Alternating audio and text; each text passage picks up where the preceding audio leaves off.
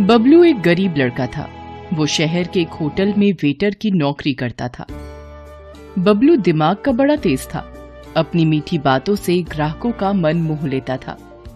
इससे उसे अच्छी खासी टिप मिल जाया करती थी, मगर फिर भी कभी कभी उसे ऐसे ग्राहक मिल ही जाते जो बड़े कंगले होते थे। ऐसे ग्राहक न तो खुद अच्छे से खाते थे और न ही टिप देते थे। एक दिन इसी तरह का एक ग्राहक वहां आया। बताइए साहब, क्या लाऊं? खाने में क्या क्या है? चिकन में chicken handi, chicken Pathani, chicken Lakhnavi, chicken kadhai. Mutton में mutton kofta, mutton masala, mutton Mughlai. कीमे में कीमा पाव, कीमा घोटाला, कीमा फ्राई। ठंडे में केसर, फलूदा और रसमलाई। गरम में नॉर्मल, स्पेशल, मसाला, कॉफी और चाय। बताइए साहब, क्या लाऊं? इतना कहकर बबलू ने ऑर्डर लिखने के लिए एक पेन निकाला। ऐसा करो, फटाफट एक चाय लेकर आओ। ऑर्डर सुनते ही बबलू का मुंह उतर गया। वह बोला, बस चाय? हाँ। बबलू मुंह लटकाए अंदर गया और दूसरे वेटर से बोला, चाय दे दे उस कंगले को। उस शाम होटल के मालिक ने बबलू और दूसरे काम करने वालों को एक बुरी खबर सुनाई। अब इस होटल को हमेशा के लिए बंद करने का टाइम आ गया है। क्या हो गया सेठ? इस जगह के मालिक ने ये जगह किसी पिज्जा हट वाले को बेच दी है। अब यहाँ होटल नहीं, पिज्जा की दुकान चलेगी। इसलिए आप सब लोग अपना अपना इंतजाम देख लें। इस पिज्जा हट ने तो हमें ही हटा दिया। होटल बंद हुए कुछ दिन बीत गए। बेचारे बबलू को कोई काम नहीं मिला। वो अपनी छोटी सी खोली में उदास बैठा था। तभी उससे मिलने उसका एक दोस्त रघु वहां आया। रघु को देखकर बबलू बहुत खुश हुआ। उसने उसके लिए गर्मा गर्म चाय और पकौड़े बनाए। वाह, क्या पकौड़े बनाए यार तूने। ये तो जैसे मुंह में घुले से जा रहे हैं। एक काम क्यों नहीं करता, तू चाय और पकौड़े का एक छोटा सा ढाबा खोल ले यार। आहा, अरे यार, मैं कैसे कर सकता हूं धंधा? और ये चाय पकौड़े का भी कोई धंधा होता है? अबे पकौड़े का धंधा कोई मामूली धंधा नहीं है मेरे भाई। मेरे मोहल्ले में एक पकौड़े वाला रहता है, लक्ष्मण। कम से कम 3-4 हजार का गल्ला है उसका रोज का। अरे भाई, एक आदमी इसी तरह से चाय बेचकर देश का प्रधानमंत्री बन गया और तू इसे छोटा समझ रहा है? बात बबलू की समझ में आ गई। कुछ ही दिनों में इधर उधर से उधार लेकर उसने चाय और पकौड़े का एक छोटा सा ढाबा डाल दिया। उसके हाथों में जादू था। जो भी एक बार उसके पकौड़े खा लेता था, उसके मुंह में उसका स्वाद बस जाता था। फिर तो वो बार बार बबलू की दुकान पर पकौड़े खाने आता था। बबलू का स्वभाव भी बहुत विनम्र था। वह ग्राहकों से बड़ी प्यारी प्यारी बातें करता था। लोग उसके स्वभाव से खुश होकर भी उसकी दुकान पर जा पहुंचते और मन ना होते हुए भी वहां से चाय पकौड़े खाकर ही उठते थे। इस तरह बबलू का ढाबा जोरों से चल निकला। उसे इस ढाबे से अच्छी खासी आमदनी भी होने लगी। एक दिन बबलू अपनी दुकान पर बैठा सोच रहा था। मैं बेकार ही इस धंधे को छोटा समझ रहा था। इस धंधे ने तो मुझे कहां से कहां पहुंचा दिया है। आज मुझे समझ में आ गया है कि ईमानदारी से किया गया कोई भी काम छोटा या बड़ा नहीं होता है। अभी बबलू ये सब सोच ही रहा था कि वहां एक कार आकर रुकी। कार से 2 आदमी लड़खड़ाते हुए निकले और बबलू से कहा, ए हीरो, इधर आ। बबलू ढाबे से निकलकर जल्दी से उनके पास गया। उनके मुंह से शराब की बू आ रही थी। एक काम कर, 2 प्लेट आलू पकौड़े, 2 प्लेट प्याज पकौड़े और 1 प्लेट मूंग दाल का पकौड़ा लेके आ जल्दी से। बबलू ने देखा कि दूसरे आदमी ने शराब की बोतल और 2 गिलास निकाले और कार की बोनट पर रख दिया। उनका इरादा वहीं शराब पीने का था। उनका इरादा समझकर बबलू बोला, साहब, पब्लिक प्लेस में शराब मत पीजिए। अबे जा, ज्ञान मत दे, ऑर्डर ला जल्दी से। बबलू जल्दी से ऑर्डर लेकर आया।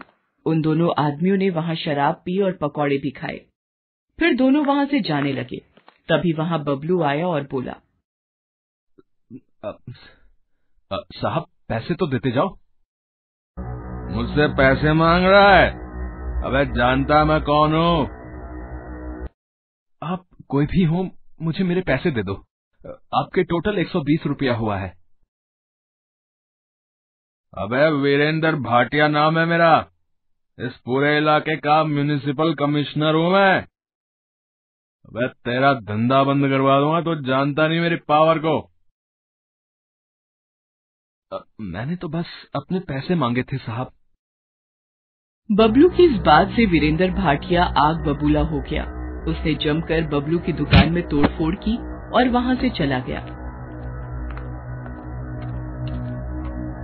बेचारा बबलू अपने ढाबे की हालत देखकर रो पड़ा। वीरेंद्र भाटिया का गुस्सा इतने से शांत नहीं हुआ।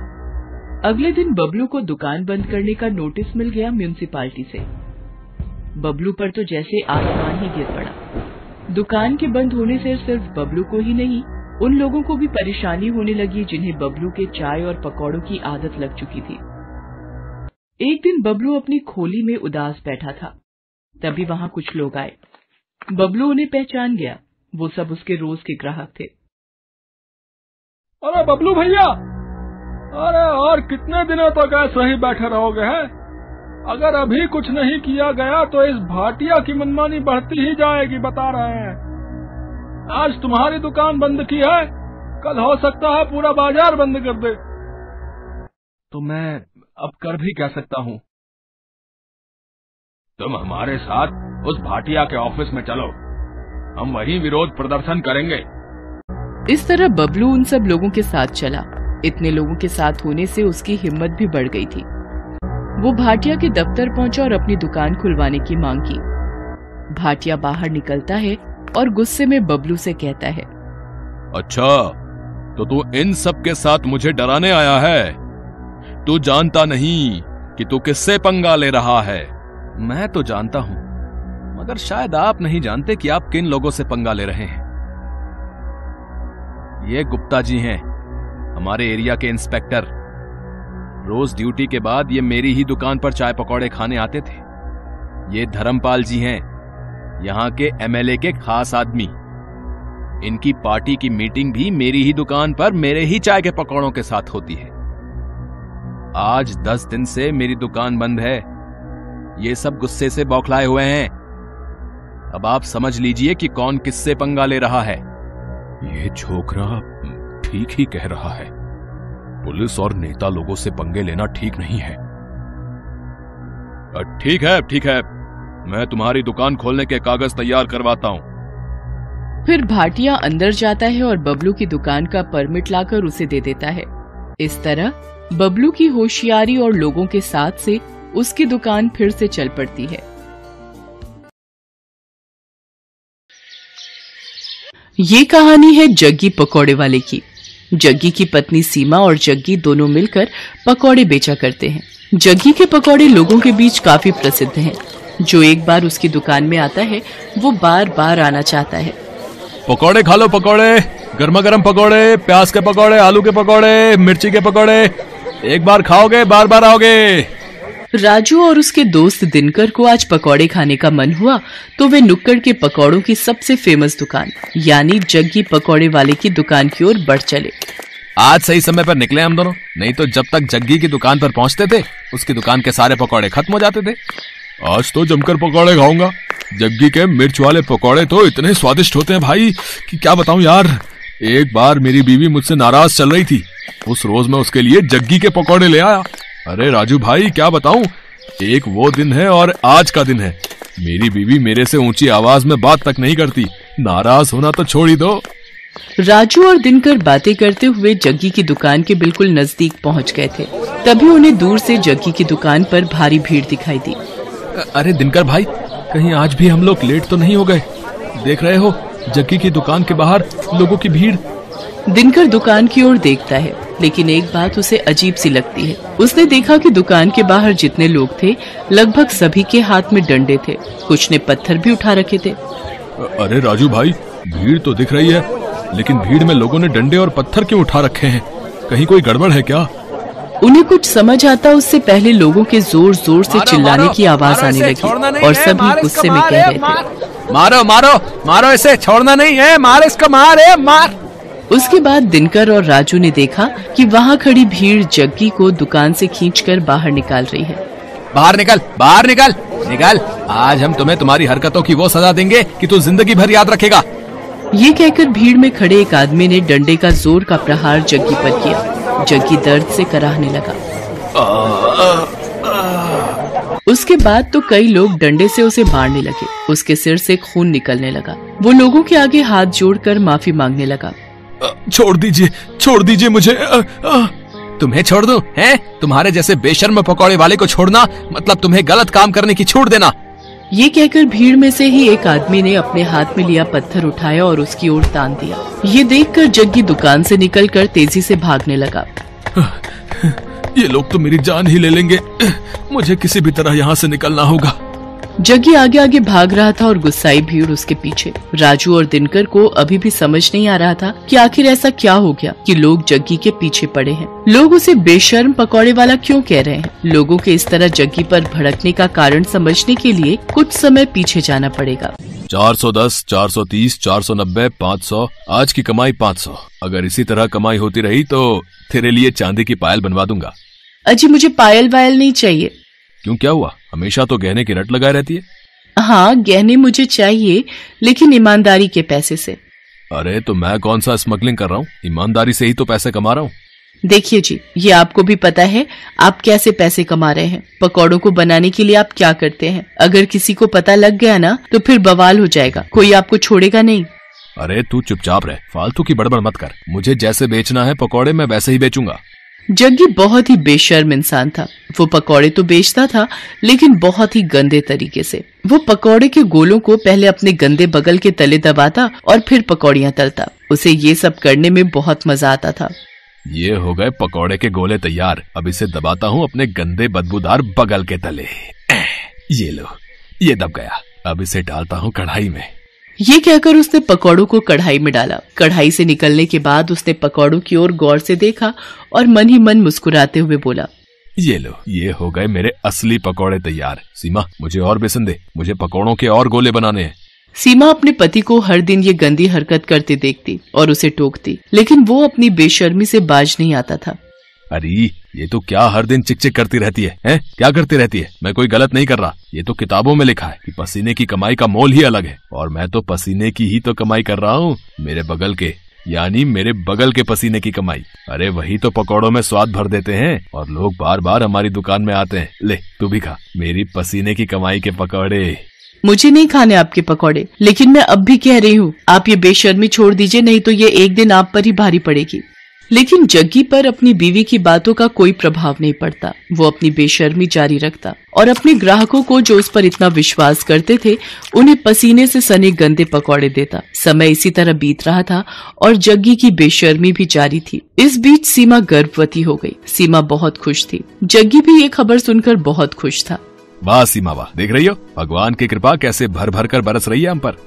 हाँ देख रही हूँ, तभी तो आपको कहती हूँ अब तो वो काम छोड़ दीजिए, अब हमारा बच्चा आने वाला है।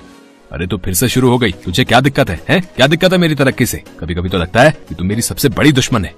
एक बार फिर से जग्गी ने अपनी पत्नी सीमा को चुप करा दिया और अपनी बेशर्मी में लगा रहा। लेकिन वो कहते हैं ना कि गलत काम कितनी भी चतुराई से आप करें, एक न एक दिन आपका भेद खुल जाता है और फिर उसके बाद आपको उन सारे पुराने गुनाहों का भी हिसाब देना होता है जो आपने किया होता है। एक दिन की बात है, जग्गी पकौड़े बनाने के लिए पकौड़ों के गोलों को अपने बगल के नीचे दबा रहा था और धीरे धीरे कढ़ाई में डाल रहा था। तभी दूर खड़े एक आदमी की नजर उसकी इस हरकत पर गई। अरे ये पकौड़ी वाला जग्गी क्या कर रहा है भाई? है? अरे छी छी छी छी छी, मुझे तो उल्टी आ रही है इसकी इस हरकत को देखकर। उसने चुपके से जग्गी का वीडियो बना लिया और फिर उसकी दुकान पर गया। ओए जग्गी, तू तो बड़ा बेशर्म है? तुम्हारे ग्राहक तुम पर इतना भरोसा करते हैं और तू उन्हें गंदे पकौड़े खिलाता है? गंदे पकौड़े? ये आप क्या कह रहे हैं भाई? ज्यादा भोले मत बन और सच सच बता, तू पकौड़ों को तलने से पहले उसे अपने बगल के नीचे दबाता है ना? छी छी छी छी, ये आप क्या कह रहे हैं साहब? भला ऐसा कौन करता है? मैं तो पूरी सफाई से अपना काम करता हूँ। क्यों सीमा, बताना साहब को। सीमा ने जग्गी की बात का कोई जवाब नहीं दिया, बस अपना सिर नीचे झुका लिया। वो ग्राहक समझ गया कि जग्गी इस तरह उसकी बातों को नहीं मानेगा। उसने जो वीडियो बनाया था वो वीडियो उसने लोगों को भेजना शुरू कर दिया। जिसने भी उस वीडियो को देखा उसे उबकाई आने लगी। छी छी छी, बाप रे, मैंने भी तो इसके यहाँ के पकौड़े खाए थे। वो ऐसे पकौड़े बनाता है? इस तरह से तो वो लोगों की सेहत से खिलवाड़ कर रहा है। वो वीडियो 1 से 10, 10 से 100 और 100 से फिर लाखों लोगों तक पहुंचकर वायरल हो गया। उस वीडियो को देखकर सभी को बहुत गुस्सा आया और गुस्से में वे सभी जग्गी की दुकान पर डंडे और ईंट पत्थर लेकर पहुंच गए। आज छोड़ना नहीं इसको, इसकी सारी बेशर्मी आज हम निकाल देंगे, मार देंगे इसे। हाँ, आखिरकार लोगों ने उसे पकड़ लिया। एक बार फिर से सभी उसकी पिटाई करने लगे। तभी उसकी पत्नी सीमा भागती हुई वहाँ आई और लोगों के आगे हाथ जोड़ते हुए उसने कहा, मैं जानती हूँ कि इनकी गलती माफ करने के लायक नहीं है। इन्होंने आप लोगों के विश्वास का खून किया है, आप लोगों की सेहत के साथ खिलवाड़ किया है, लेकिन आप लोग इन्हें मार देंगे तो मेरा बच्चा जो अभी मेरी कोख में है, उसके सिर से पिता का साया उठ जाएगा। भगवान के लिए मेरे कोख के बच्चे पर रहम कीजिए और इन्हें छोड़ दीजिए। एक गर्भवती औरत की गिड़गिड़ाहट को सुनकर लोगों का दिल पसीज गया और उन्होंने इस वादे के साथ जग्गी की जान बख्शी कि भाई कान खोल के सुन लो, हम तुम्हें छोड़ तो रहे हैं, लेकिन अब कभी इस तरह और इस जगह पकौड़े ये नहीं बेचेगा, इसे ये जगह छोड़नी होगी।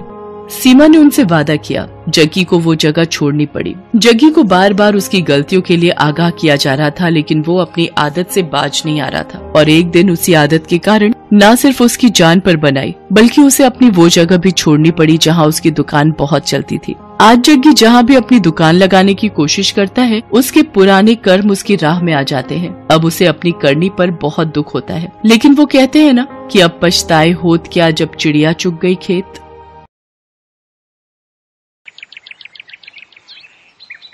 बेलापुर गांव में आत्माराम और उसकी पत्नी गायत्री रहते थे। गायत्री चाय की बड़ी ही शौकीन थी। जैसे ही बारिश का मौसम आता तब तो वो बस हर वक्त चाय की रट लगाती रहती। उसका पति आत्माराम मेहनत मजदूरी करके कुछ पैसे कमाता था। गायत्री घर संभालती थी, लेकिन वो चाय की इतनी शौकीन थी कि घर में राशन हो ना हो, लेकिन चाय बनाने का हर सामान हर पल उसके घर में रहता था। उसके पति को जब भी मजदूरी मिलती तो वो उसमें से राशन के साथ साथ अपनी चाय पत्ती और चीनी एडवांस में हिलाकर रख लेती।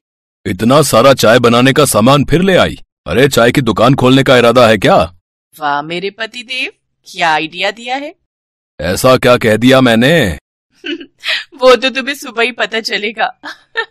गायत्री के पास एक पुराना टेबल था। अगले दिन सुबह उसने उस टेबल पर चाय की दुकान लगाने का फैसला किया। वो अपने उस टेबल को घर के बाहर ले आई और उस पर चाय बनाने का सामान रख दिया। मॉनसून का समय था, जिससे मौसम काफी सुहाना हो रखा था।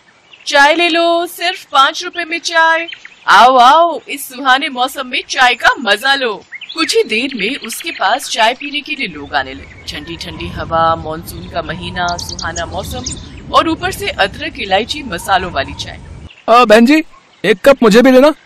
ऐसे ही देखते सुबह से दोपहर हो गई। आत्माराम गुस्से में बड़बड़ाता हुआ बाहर आया। सारा दिन बस लोगों को चाय ही पिलाती रहोगी या घर में खाना भी बनाओगी? हाँ तो कौन सी आफत आ रही है? दिख नहीं रहा बीवी बिजनेस कर रही है, खुद ही जाकर बना लो खाना। लेकिन मेरी माँ, बनाओ किसमें? चूल्हा तो तुम हथिया कर बैठी हो।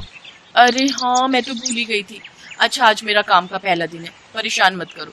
खाना अब सीधा रात को ही खाना, तब तक इस चाय से ही काम चलाओ। लो, एक कप चाय पियो। नहीं पीनी है तुम्हारी चाय। हे भगवान, मैं क्या करूं इस औरत का? काश कि कोई चाय देने वाला पेड़ होता जो सारा दिन बस चाय ही देता रहता। शाम को जब ग्राहक आने बंद हो गए तो गायत्री ने चूल्हा अंदर ले जाकर रख दिया और उसमें खाना बनाने लगी। साथ ही उसने चाय के पतीले में बची हुई थोड़ी सी चाय को अपने घर के आंगन में लगे पेड़ की जड़ों में डाल दिया। सुबह जब गायत्री आंगन में झाड़ू लगा रही थी तो उसकी नजर उस पेड़ पर गई। अरे, एक रात में इस पेड़ पर इतने फल कैसे लग गए? कल रात तक तो इसमें कुछ भी नहीं था। तभी वहाँ आत्माराम भी आ गया। हाँ, इसमें तो बहुत सारे फल लगे हैं, चलो एक तोड़ कर देखते हैं। आत्माराम ने फल तोड़ा तो उस फल में से चाय निकली। इस फल में चाय? भला ये कैसे हो सकता है? हाँ, चाय, क्योंकि मैं एक जादुई पेड़ हूँ। कल तुमने मेरी जड़ में चाय डाली थी, इसलिए अब तुम्हें हर रोज चाय मिलेगी। तुम जितनी चाहो उतनी चाय के फल मुझसे तोड़ सकते हो।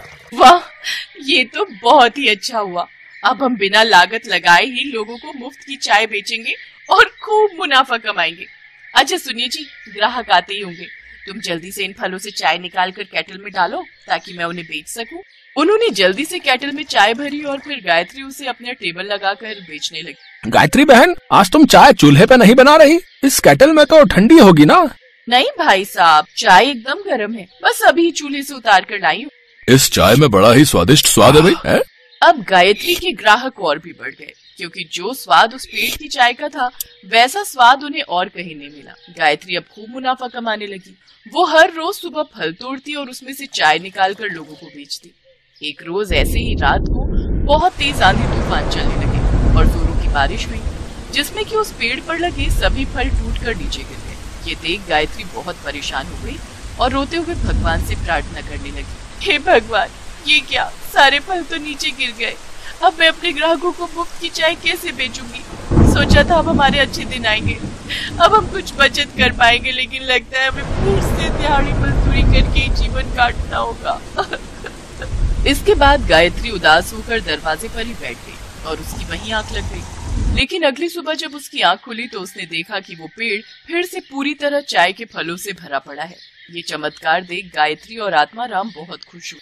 फिर बारिश के मौसम में भी गायत्री तिरपाल लगाकर चाय बेचने लगी। अब तो भरी बारिश में भी लोग उनके यहाँ चाय का स्वाद चखने जरूर आते। उन्हें उस पेड़ की चाय की लत जो लग गई थी। आत्माराम ने भी अब मजदूरी छोड़ दी और वो भी अब अपनी पत्नी का हाथ बटाने लगा।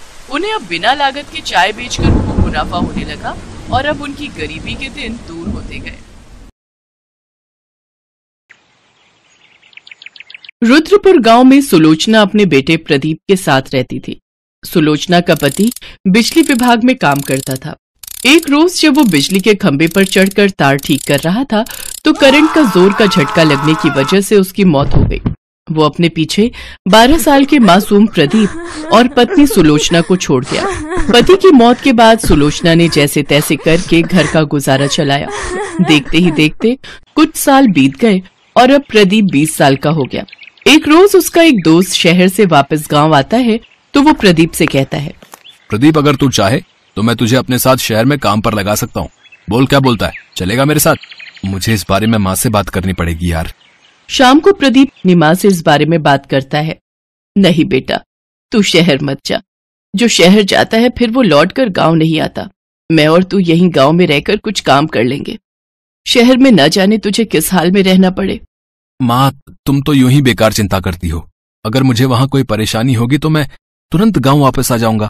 मेरा कहा तो तूने मानना नहीं। चल ठीक है, चला जाइयो शहर, लेकिन उससे पहले तू मेरे साथ मंदिर चलकर भगवान से आशीर्वाद लेना, उसके बाद ही शहर जाना। अगले दिन सुबह दोनों मंदिर जाते हैं। हे महादेव, आप ही हमारा सहारा है। मेरे बेटे को आशीर्वाद दो भगवान कि वो अपनी जिंदगी की शुरुआत अच्छे से कर सके।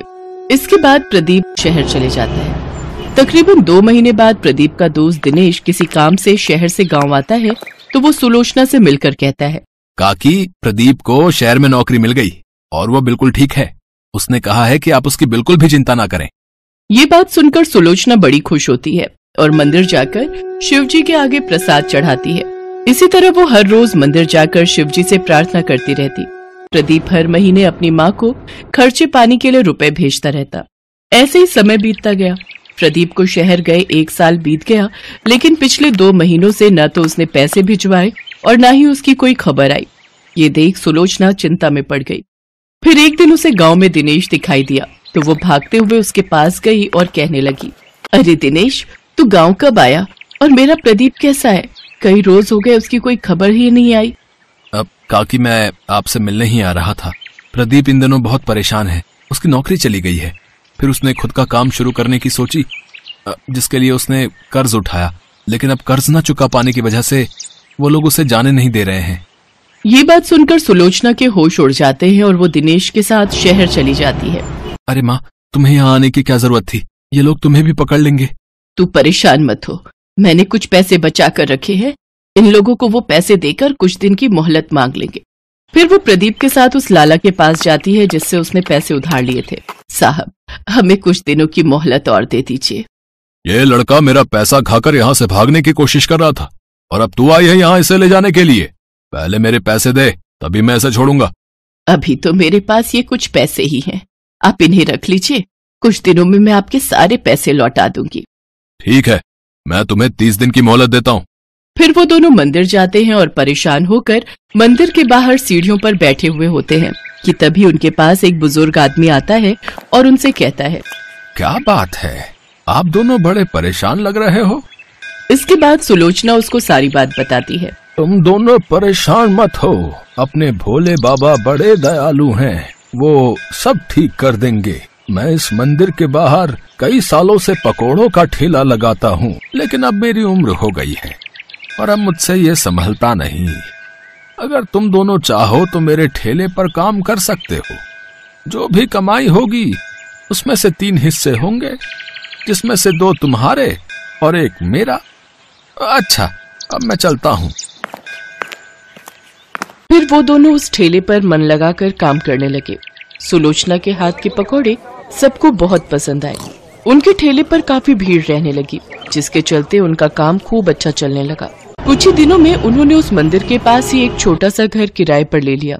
इसी बीच मंदिर के बाहर कुछ गरीब आते थे जिनका पकौड़े खाने का बड़ा मन होता, लेकिन अपनी गरीबी के कारण वो उसे खरीद नहीं पाते।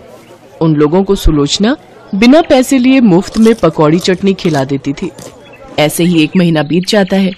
तभी उस ठेले का मालिक, वो बुजुर्ग आदमी, उनके पास आता है और कहता है, अरे भाई, हमें और हमारी पत्नी को भी तो पकौड़े खिलाओ, वो भी चटनी के साथ भाई। हाँ, अभी लीजिए। प्रदीप बुजुर्ग आदमी और महिला को पकौड़े और चटनी देता है, जिसे खाकर उस बुजुर्ग औरत ने कहा, अरे वाह, ये तो बहुत स्वादिष्ट है। तुम दोनों तो सचमुच बहुत ही लाजवाब पकौड़े और चटनी बनाते हो। बहुत बहुत शुक्रिया। आपके कारण ही आज हम शहर में रहकर इतनी अच्छी कमाई कर पा रहे हैं।